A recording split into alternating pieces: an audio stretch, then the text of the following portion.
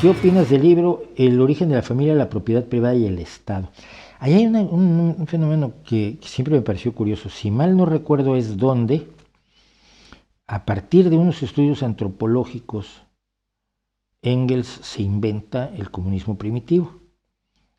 Y no me acuerdo cuál era y me debería acordar, pero hay una organización social de algunas tribus del norte de América, de los indios de los llanos, de las llanuras estadounidenses, que tuvieron una organización social que se podría considerar como enormemente colectivista.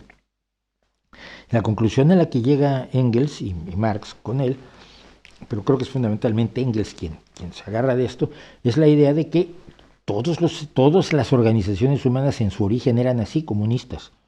Y luego, pues vino la maldad y la ambición. La realidad que sabemos es que no es cierto. Se basaron en una interpretación de una cultura muy particular. Pero es como ver una cultura matriarcal y decidir que en el pasado todos eran matriarcales. Todas las sociedades humanas eran matriarcales. Existía, además estamos hablando de mediados del siglo XIX, la idea de que todo era uniforme en el pasado, es decir, que la variabilidad humana como que se había inventado, no sé, con los babilonios. Pero no, la variabilidad de las sociedades humanas es tal que no podemos decir que todas las sociedades humanas en su origen hayan sido de tal o cual forma, ni mucho menos podemos decir que eso tiene que normar cómo tenemos que hacer una sociedad mejor en este planeta.